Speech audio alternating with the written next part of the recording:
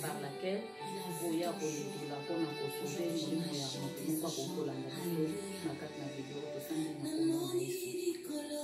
merci Seigneur Jésus. Papa, il y a merci, Papa, tout comme Seigneur. Tout moment où Papa, tout ce Seigneur Jésus. Papa, il y a Seigneur Jésus.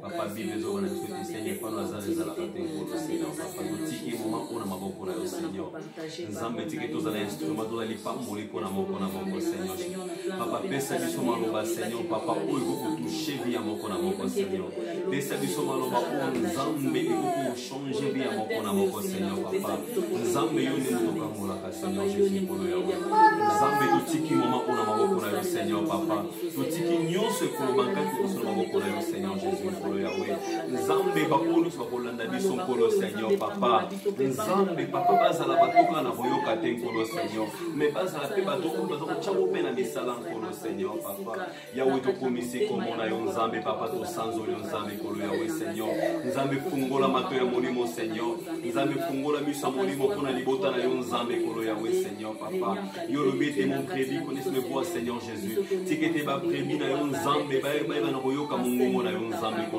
Seigneur, nyonso kolo bankolo Seigneur, ezala ainsi l'Éternel Seigneur Papa. Yahweh to kumisi komo na yo Nzambe kolo Yahweh. Papa to sanzoli komo na yo Nzambe kolo Yahweh Seigneur. Amen. Amen.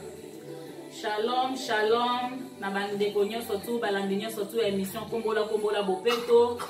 Waneza ya bino mama kombola bopeto aye lisusu. Nakati na bandako na bino, nakati na mabota na bino. Elongo na bandeko na ye pona koyeba kosala partage pona koyeba na kopartage na bino liloba na Nzambe toza wana kaka pona kokokisa volonté na Nzambe nenga zali kosenga na biso tango nyonso biso bana na ye toyeba toujours na kosala ka ba partage toyeba toujours ko partage ka liloba na ye pona kati na partage nde moko na biso ayebaka na kozwa part na ye nde moko na biso ayebaka ndenge nini akoki kotambwisa bomoi na ye nde pona mokola lelo avant que to bandana émission na biso na si bomoninga na sanga moko te na sa accompagner na bandeko na ngai oyo tozana bango na kati na émission oyo yango na kosepela vraiment bandeko bayeba nanu na kose présenter avant que to banda sujet na biso avant que to banda vraiment pour développer sujet oyo toyeli awa lelo na ningi nanu bandeko na nga ona sana bango na kati na plateau bayeba nanu liboso na kose présenter bango moko boyeba na koyoka bango soki bakomona bango ezali banani ona sana bango na kati na esika oyo nde na baluki na mopanzi na ngai mpona kotuna ndeko na ngai papa kombo na yo nani kombo na ngai frère Olivier Mununga Ntubi shalom shalom na pesi bino mbote na kombo na Yesu na same na église ya Siloé na pesi bandeko nyonso bakolanda biso na pesi bino mbote Nzambe apambola bino amen. Et puis tomoni na mopanzi na so na si boyoki ndeko na biso Olivier auti na ko se présenter boyebi déjà nani toza na ye na kati na émission oyo ya lelo et puis na kotuna pe susu na ndeko ya mwasi oyo toza na ye pe awa mama na biso kombo na yo nani kombo na ngai c'est Judith Mekete. Shalom à tous, je vous salue dans le nom du Seigneur Jésus-Christ. Amen. Donc tozana papa Olivier na kati na plateau na biso ya lelo pe tozana mama na biso Judith na kati na plateau na biso ya lelo ya solo bandeko na ngai kati na Yesu lelo thème oyo toye nango vraiment to sujet na biso oyo toye nango poto koka na kosolola na bino tomemeli bino lelo thème oyo ezali ke véritable identité en Christ. Ya solo biso nyonso tozo sambela, biso nyonso tozo loba toza ba chrétien.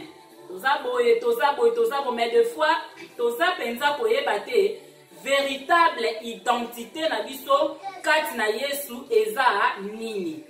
Véritable identité en Christ c'est quoi? La raison pour laquelle na yena bandeko na ngai poto koka na kosolola nanu to vanda nanu penza na kati na sujet oyo. To vanda penza na kati na sujet oyo to partager to solola to développer yango to kokana ko comprendre véritable identité en Christ c'est quoi. ko bandana e bandeli na bandi tangu tozolo ba véritable identité en Christ. Tangu tozolo ba déjà véritable identité en Christ, tozolo ka momo ko ezobima wana o eza makasi o esengeli to comprendre yango eza nanu nini. Ezali identité. Identité. Nde tomoni eza vraiment ko frapper nanu wana na kati. Identité c'est quoi? Yango na kati na ba recherche parce que e photo makamsusu tokoki ko welela te ko lobela ngo belé ça pour autant ko talisa nanu bandeko identité eza nini. Et sengeli bandeko ba comprendre nanu identité c'est quoi? Après na simane tokoyeba na ko développer yango tokoyeba na ko kota na mosindo nango pona ko sosola na profondeur eza eloko nini.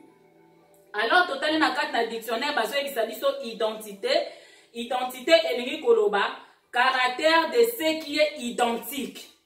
Donc, exact caractère de ce qui est identique. Yango ba bengi identité. Alors, ce qui toke na deuxième sens, elingi sou koloba balobi, ce qui détermine une personne ou un groupe. Donc, eloko eza ko déterminer mutu moko to lisanga ya batu. Ce qui toke na troisième sens, bazo ebisa biso sou balobi, donner qui détermine chaque personne et qui permettent de la différencier des autres. Mais biso na osepela to kangana nuna e bandeli o ba ebisi so na définition ba di ke caractère de ce qui est identique. Yango wana identité. Siko biso to ye a pona ko solola na bino, je pense que caractère de amu so ayebele oni ba bengi caractère. Donc je ne pense pas ça ne sert à rien à kota nango na mozino pour comprendre un caractère parce que to yebi elo onini o ba bengi caractère. Alors biso siko tenge o to memeli bino sto sujet o to memeli bino et ça que véritable identité en Christ. Siko yo loko les véritable identité en Christ, cela veut dire bah ici ce que identité définition nango exact caractère de ce qui est identique. Donc, esengeli caractère na biso est comme identique na caractère ya Christ. Parce que si je na biso ezali véritable identité en Christ. Donc, ce que tu as vu en mode dans les que caractère na biso esengeli est comme identique na caractère ya Christ. Nde yango sikoyo tolinga sikoyo to fungola. Christ azalaki ndenge nini? Lolenge nini Yesu atambolaki na mokili? Lolenge nini azalaki? Caractère ya Christ ezalaki ndenge nini? Caractère parce que Christ tant tolo ba Christ da to mona nzambe parce que Yesu na nzambe déjà ba mutu moko.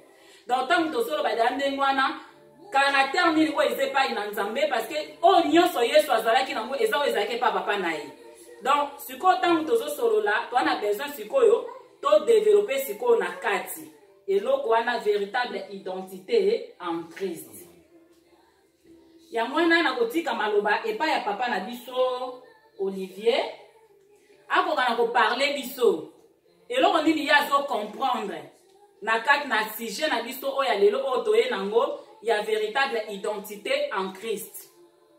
Elingi koloba nini pona ye eloko nini oya comprendre na sujet oyo message nini oya linga pesa biso na sujet oyo yango malobeza epa ina yo papa Olivier. Shalom, shalom, bana na nzambe na pesi bino mbote na kombo na Yesu. Amen. Et donc thème oyo toza nango est très important en tant que biso bana na nzambe. Pour na nini toche la véritable identité en Christ parce que lelo biso nyos toza bana na nzambe.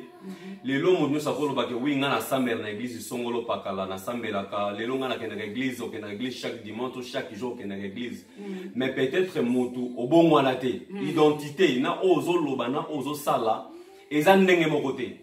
Mais en tant que biso bana nzambe esengeli makambo o tozali koloba esengi emona na pe na misala. Amen. Parce que eza na mingi bazoloba akoya eza na bande batebele ayaka na église malamu asali pe musana na ndako na nzambe ayepe ayembi ayepe asali nyoso esengi kosana ndako na nzambe mais après c'est ma église akene kozonga ne makamune ya mabe ya kala. Ça veut dire qu'en tant que biso bana nzambe esengeli na biso to la sa identité wana to bana nzambe yango na lobaka mingi ke to pesa batu posa ya kosambela. Parce que ezana batu belé ba lembisa batu parce que ba bi ko pesa batu posa ya kosambela te. Au mona mutu o en église oyoki maloba na nzambe maloba pasteur ateyine maloba na nzambe ndenge sengeli ateyine ainsi dit l'Éternel mais okomona na sima nango ntango mayala to église esili okomona ndeko akomini kodistraine bato omoni pasteur omoni ndeko wana yango biso en tant que bana nzambe topesa bato posa ya kosambela ntango tozo bato bana nzambe esengeli lolenge na biso ya koloba échanger lolenge na biso ya koyoka makambo échanger lolenge ya kotambola échanger ça veut dire que identité to ba identité ya sika yango bible ezoloba na biso na 2 Corinthiens 5:17 bible ezoloba que si quelqu'un est en Christ est venu une nouvelle créature ça veut dire que il faut makambo ya sika ekoma na babi na biso eza na bato ebele bandeko na ngai mutu asala inone 2 ans 3 ans 4 ans ainsi de suite mais mutu achangea na ete azaka ndenge azalaka a changé na été mais yango zomona biso en tant que bana na nzambe oyo tozoloba esengeli ba mona identité ya sekati na biso kati na biso esengeli ba mona changement wana kati na biso parce que bible ezoloba ke Yesu mokola akoya lokola moyibi akoya kozwa mwasi libala mais akozwa mwasi libala na comportement nini na bizaleli nini mwasi yango parce que bible ezoloba ke ezaki na 10 vierges 5 bazalaki bazoba 5 bazalaki mayele tango bazoba 5 bazalaki bazoba biso nyonso tokoloba elo toba na nzambe biso solo tokoloba ke toba chrétien mais eloko ekabolaka biso ezaki ba oba otambola na bosona ba oba bazotambola na lokuta ngana loba toujours que mama okoki kokosa mobali na yo mobali okoki kokosa mwasi na yo ba parents okoki kokosa bana na bino mais conscience na yo moyo okosa ngo ezate bien aimé esengeli conscience na biso eza lokola témoin na biso oyo nayebi ke alobi na salaki mabe lobi kuna na salaki malamu esengeli conscient mais tant tozaba na nzambe to identité wana esengeli emona na bandeko na ngai yango na loba toujours que ngana linga komikumisa te ke naza mwana nzambe naza chrétien non il faut pas ba changement na kati na yo c'est ça bible ezoloba na biso ke Yesu ayebisaki Pierre abiki okuwanga na ngambala misato mais Pierre a dit Yesu ngana wanga na yote Pierre aboyi mais Yesu ayebaka mitema na biso avant que tout ça là acte wana Yesu déjà ayebaka déjà mais tant Pierre a wanga na et comme na moment où Pierre a wanga na ki Jésus batu kutu bazali babi yo zala ki disciple à Jésus yabité na la disciple babi ke botala nenga zoloba botala nenga azo comporter ça veut dire que biso ba na nzambe esengi to changer pe ba langage na biso esengi to changer lolenge na biso moya kozala parce que ce que ça okomi une nouvelle créature sengeli nyonso identité nyonso makambo ça nini ekoma ya sika nzambe apambola bino avant to konatiki sœur nanga peut-être en tout cas na sepe na makambo ko na biso awuti na koloba ya mwana na kati ya définition na biso tolobaki caractère de ce qui est identique donc na yoki abeti eloko moka utu koloba lobi ke Yesu alobaki tango Yesu akufi Pierre va reconnaître à partir de na comportement na façon na façon d'être na directement va reconnaître qu'il va lobi yo ozalaki na ye ozomona pourquoi parce que Pierre tanga zaki na makolo na Yesu Masia donc akomaki identique na Yesu Masia donc nini na bango ekomaki vraiment lolenge moko ekomaki difficile erota bango donc okabola bango ekomaki difficile parce que même façon ya koloba ya Yesu Masia Pierre a komaki nango et là teli ya Yesu Masia Pierre a komaki nango lolenge ya kozalela ya Pierre Yesu azalaki nango Pierre a komaki nango donc ozomona ke mbala moko ezongisi biso na kati ya définition na biso oyo ya koloba ke non caractère de ce qui est identique donc identité au Pierre a komaki nango et komaki lolenge moko na Yesu Masia donc caractère na ye façon na ye donc évangélie na ye etamboli na ye donc attitude na ye ba réaction na ye makambo wana nyonso tout donc ekomaki vraiment ke mutu soki atali mbala moko azo reconnaître mbala moko ni Yesu Masia na kati na ye soko eloko o Yesu azosenga na biso yango wana donc tokoma na identité oh ya Christ donc tokoma na identité donc cela veut dire qu'il faut tolongola ba identité na biso akala parce que tangu tobota maka ma soeur pardon na opesa yo parole mais faut na mekana ko kote susuma mozindo tangu tobota maka tozwaka ba caractère ya ba parents otokuti tozwaka ba caractère ya milieu oyo tokuti tokoma kana ba caractère ya environnement parce que place yo koleli okomona ke olinga te okoma na caractère wana donc nako pesa exemple obotami na mama moko donc afinga na tembe mama wana donc afinga tala te eloko nyonso kozala so salma be pa mbala otanga zokangela on a injure ezobima tanga zokangela on a injure ebima omona ke au fur et à mesure pe tango bandokola okoma yo po okoma ke soki mwana sali likambo pembe na yo pe tango zokangela mwana yo pe na injure wana eza ko accompagner pourquoi parce que maman na yo akolisaki ololenge wana ko beta yo po mona tango ekomi na tour na yo mwana na yo pe okomi ko beta ye ko finga mama na banaye ko finga mona yo po ni ko finga parce que so otali mingi na kata bandako mingi oh mama finga rate ya pasi po mona bana bazo finga loba bien sûr moi influence à libane ko ki kozala moko mona kozala trop forte par rapport na maman ko avanda kanaye soki maman avanda kanaye sa nyonso tu ko finga ka mwana nyonso tu donc maloba ka e mateli mana mnone okomona mwana wana pa kokoma na caractère wana ya ko bana ko finga ka maloba mabe na mnone parce que ça ko imiter maman na ye donc azozwa eloko babengi nini identité ya mama na enda zo porter siko balobi ke biso bana na nzambe esengeli to porter identité ya Christ mais na yebi ke za pe na condition pour porter identité ya Christ eza pe na condition mais wana to kokoma sima ndepo na ngona pesi na maloba na mama na biso Judith ameka na pe kolobela biso na sujet oyo ya véritable identité en Christ selon ye a comprendre ngo eza nini pona ye ameka na ko fungolela biso.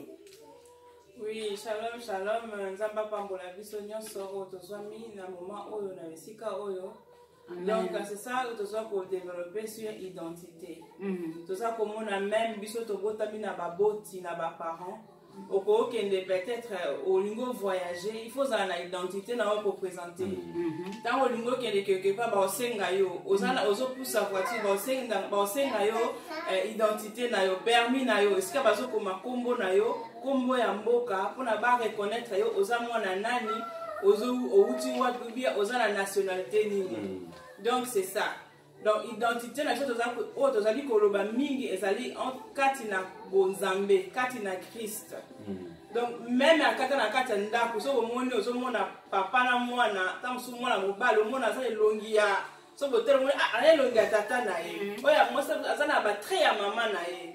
Donc c'est ça. Donc tant toza bana nzambe le faut tozala na ba eloko oyo ezolakisa ke non toza bana nzambe. C'est ça. Toza na besoin olobate o se témoigner te mais ba acte na yo eko témoigner. Misala na yo ozosala maloba na yo eko témoigner partout oyo kozala. Dès to uti komona ke non ba moni ba moye ko ili moko ya Yesu ata wangani nzambe mais ba kangeka nini na bizaleli na ye na maloba na ye na comportement na ye. Bible ça biso na Galates 2:20. J'ai été crucifié avec Christ. Et si je vis, ce n'est plus moi qui vis, c'est Christ qui vit en moi. Amen. Donc, makamona biso nyonso oyakala, to boaki yango.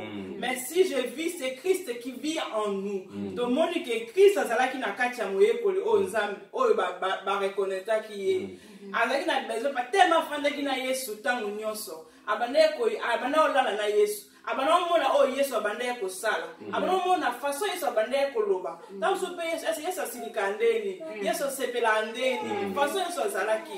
Yango azali ko copier yango. Yango Yesu afandaki akoma ko fanda kati na ye. Donc c'est facile to loba ke lelo soko lingi Yesu afanda sik akati na yo, ozwa identité ya Christ, o vivre le rôle à Christ. Au cause référence na yo kaka na kati ya Biblia pono koma lokola Yesu. Je vais parler comme Jésus. Oh frère Patrice Salobi, je vais prier comme Jésus. Je vais chanter comme Jésus. Je vais faire tout comme Jésus. C'est ça notre identité. C'est tout ce que nous avons besoin. Ça va pas pour la vie. Et ça peut ande wana ndenge sœur na biso Judith Sauti penza ko loba, et ça penza lo lenge wana. Donc jamais okoma na identité à Christ sans pour autant ko rappeler ma condition moko yango ce qu'on a lingina to mekana ko kota sikoyo na kati sikoyo ya sujet na biso penza bandeko nanga sikoyo po mutu akoma na identité à Christ esengeli mutu asala nini parce que déjà il faut que tango na mutu na biso ke to bota makaba chrétien to bota makaba chrétien te donc biso nyonso to bota makana nature adamique. Donc nature ya Adam nde mwana nyonso o ayaka na mokili oyo abimaka na nature wana. La raison pour laquelle romona mwana mukie momona na mwa makambo boya Adam ezobima na kati zo comprendre te mwana ta mususu osenge eloko yo moko pese eloko osenge su pesa na mwana liko kabela ote omona mwana mususu kanda omona mwana mususu bizaleli moko bizarre manza mwana muke moko mituno bi oyo aza nanu mokie boye makambo ayekoli yango wana mwana mosusu kobeta baninga maza mwana mokie makambo ayekoli yango wana donc babiloko wana nyonso to eza déjà caractère oyo tobotamaka nango donc tobimaka déjà na nature wana ya lisumu tobotamaka na nature adamique na nature ya lisumu na nature oyo eza na donc oyo eza kobeir na nzambe te. Alors, tout au long du parcours, on a dit ça, mais à un certain âge, à un certain temps, Moutou a commis, c'est quoi, la identité à Christ. C'est quoi, condition, et ça, ni bande qu'on a pas, mais quand on a coupé bisangai, bon, mais quand on a coupé biso, quand on a fait tout ça, on a bande condition, et ça, ni pour Moutou a comme la identité à Christ. Parce que pour y bisanga te que frère Ndekonanga Olivier on parle moi comme une identité à Christ. Non. Je pense qu'il y a un parcours et les Canadiens nous tuent comme une identité à Christ. Pareil aussi dans ma sœur Judith. Ce qu'on peut bisanga condition ça nous nini pour mutu a comme une identité à Christ. Entre bino mutu aza prête na ko répondre dans la question ana a recopier sa biso et Yann. Bon, na ko répondre. Elo mo bande ko nangai to bana na nzambe to yeba eloko moko ke mutu abotama chrétien azate. Amen. To koma rande ba chrétien. Bible zoloba na biso na mokanzamba zoloba na Jérémie avant kutu ozana na maman na yo déjà na yeba ke pe na ponaki yo. Ça veut dire que nzamba yeba déjà nyonso.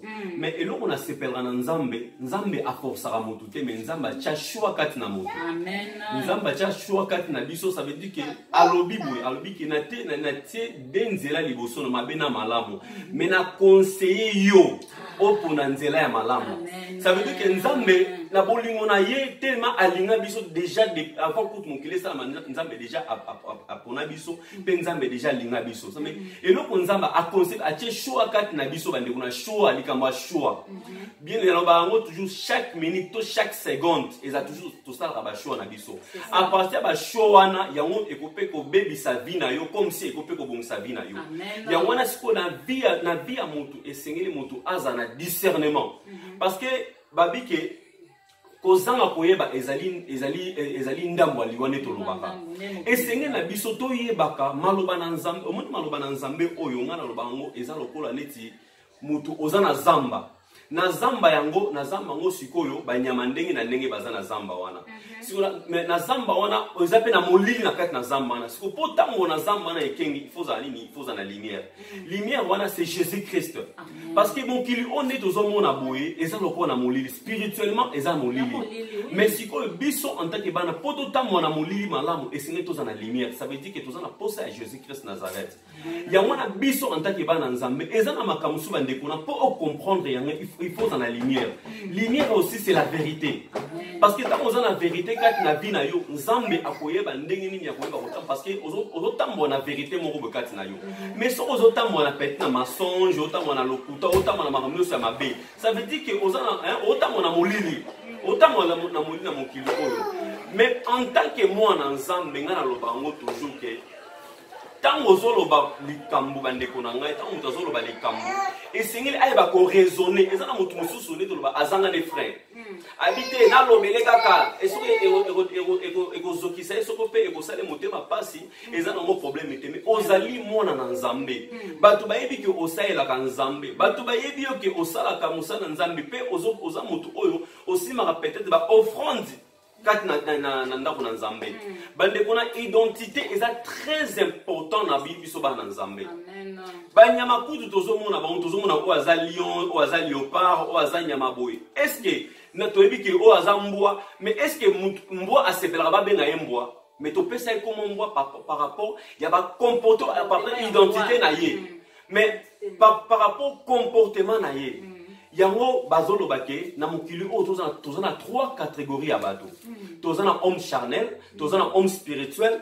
tozana pe na homme animal ça veut dire que tozana identité na ye ça veut dire que biso en tant que bana nzambe mais mutu o aza homme spirituel azali mutu oyo azali na connexion aza connexion na nzambe mutu oyo parce que bible zo bake en réalité dans l'homme c'est l'esprit ça veut dire que biso tozali dans molimo nano molimo neza ndenge nini homme charnel azali mutu oyo azo vivre selon musuni ne tokolo bana lingala azo vivre selon charnel selon musuni mais homme animal azali mutu ne to ba moto niama ayebi kutu valeur kutu to sens ya makambo ayebi na été Et ça, le quoi, les PC peut-être, mbongo, aronyata-nyatango, tout ça, aroswa-swango, pour aller, valeur n'a importance n'a ngoté. Bande quoi, tout ça, va homme spirituel, tout ça, va homme spirituel, en tant que ban dans Zambé. Parce que Bible, en réalité, dans l'homme, c'est le quoi? C'est l'esprit. Biso batu na mokili, tout ça, 3 parties, tout ça, âme, tout ça, corps, tout ça, esprit.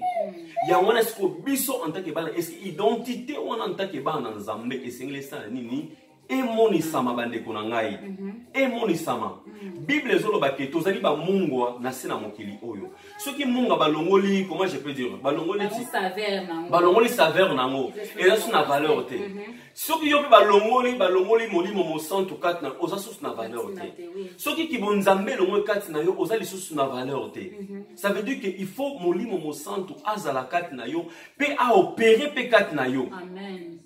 Tant aux ana molimo santo kat na vie les alokwane aux ana lumière to aux ana vérité mo bekat na yo kotondi sama na molimo santo bande kona ezali malamu mais ko umela de la présence na Nzambe yango ne makambo ne bande kona ngai Nzamba pambola bino oui pona kokoma mwana na Nzambe nde totu koloba ke no muta botamaka mwana na Nzambe ti pona kozwa identité pona ta identité article la Bible nous dit si tu crois en moi tu seras sauvé donc tu dois seulement accepter Seigneur Jésus-Christ comme ton sauveur et Seigneur tu dois croire à Jésus-Christ c'est vraiment simple t'as pas besoin d'aller gauche à droite tout ça c'est seulement d'accepter ce Christ qui était mort sur la croix pour toi parce que akufa pona biso apesa biso bon moi azom sala biso oyo Yesu azaki na proposa tozana nango to perdaki na jardin d'Éden donc c'est nous c'est à nous ya kondimaye ko accepter akota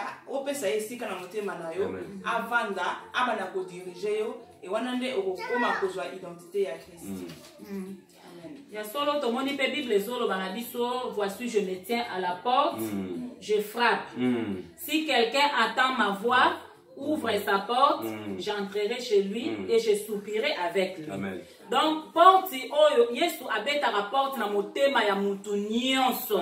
Ndenge tozana sena moyo oyo, Yesu Masia abeta la porte na ye na motema ya ndeko nyonso tu. Ezala mundele, ezala mutu mwindu, ezala ndundu, ezala donc race nyonso chinois onan. Donc mutu nyonso wa kelami na image pe ressemblance ya Nzambe, Yesu Masia ayaka kobeta porte na ya motema na ye. Donc ayaka kobeta tanga sobeta wana bike soki mutu ayoki mungongo na ye afungoli porte alobi ke akokota akoya kovanda na kati na ye tangu ya ye kokota wana c'est à ce moment là ndaya kopesa mutu sikoyo identité na ye donc soki ako parce que soki asaka libanda porte ndako na yo aye par exemple nde soto na kati ndako awa ya bandi kobeta kuna soka beti soki biso to boyi kofungolela ye c'est impossible po biso to koma na identité na ye donc c'est impossible pour biso to ressembler mais ce qui y a abeti porte biso to fungoli to kotisiye to bandi ko vivre na to vivre na le lolo bi mikolonyo so do komi donc to komi libela ko vivre na donc to linga te to koma na ressemblance na ye parce que yé a sa puissance ya ko impacter donc ya sa mutu te ke tanga komi na milliers dominé non yé soka komi yé de muta dominaka donc a influençaka donc tangu ya yé okomona ke ako influencer biso nyonso tout okoma na nature na ye amen to ko ressembler ye to ko koma lokola ye donc c'est pareil tanga yaki na mokili avant ya na mokili Pierre azalaki na identité na ye Pierre to uti ko lobake non mokili to ba reconnaître ki identité ya Christ kati na ye avant Yesu aya Pierre azalaki na identité na ye avant asala rencontre na pardon na Yesu Masia avant que afungola porte ya ndako na ye porte ya motema na ye ya kondima Yesu na vie na ye Pierre azalaki na lolenge na ye azalaki na ye pécheur na musana ya pécheur anosala na ba fraude na ba escroquerie na ba lokuta na kindumba tamso azalaka na ngona makamnyo so azalaka ne nango mais tangu aye kosala rencontre na ye na Yesu Masia kovanda na se ya makolo ya Yesu Masia koyoka ba enseignement ya Yesu Masia koyoka ba instruction na ye petit à petit Pierre akomaki maintenant ko adopter kozwa identité wana ya Christ et pendant 3 ans oyo bavandaki wana déjà ekomaki suffisant pour Pierre à refléter l'identité à Christ. Donc ekomaki déjà possible Pierre a refléter l'identité wana. Yango moni que dans 3 ans na bavandaki tangu Yesu Masia bakangi ekomi que non ceux qui kaka mutatali Pierre donc azomona identique. Donc azomona que caractère na bango na Yesu Masia ekomi pareil. Malgré Pierre azosala effort ya ko nier Yesu Masia, ya ko wanga na Yesu Masia parce que Yesu tanga komaki na moment ya souffrance Pierre akokaki yango soute abangaki ke yepeta mpasala e pareil. Abandi ko luka ko nier mais aussi matendo mona na batu susu ke no tellement ou na bonzambe lokuta zo ko kango soute. No tanga ko somona ke muto akosa ba okangemba na moko. Mais muto za na nature ya Yesu Masia te akobuko lokuta za pas pour découvrir kazo ko sali. Mais oya za déjà na nature ata na moment nga trahir Yesu à reconnaître quand que Mouto a forcé. Donc malgré qu'on forcé à Pierre ou à Sala qui a nié Yesu Masia, mais bah reconnaître qui est kaka. Que te ye yo osala ki na mutuana. Yo osala ki na ye, ofanda ki na osala ki na ye. Donc akora ko nié te. Yango tozongi siko pona kolobela pe lisusu ke non condition pour mutu akoma na identité à Christ. Totali na Jean 1 chapitre 12 à 13.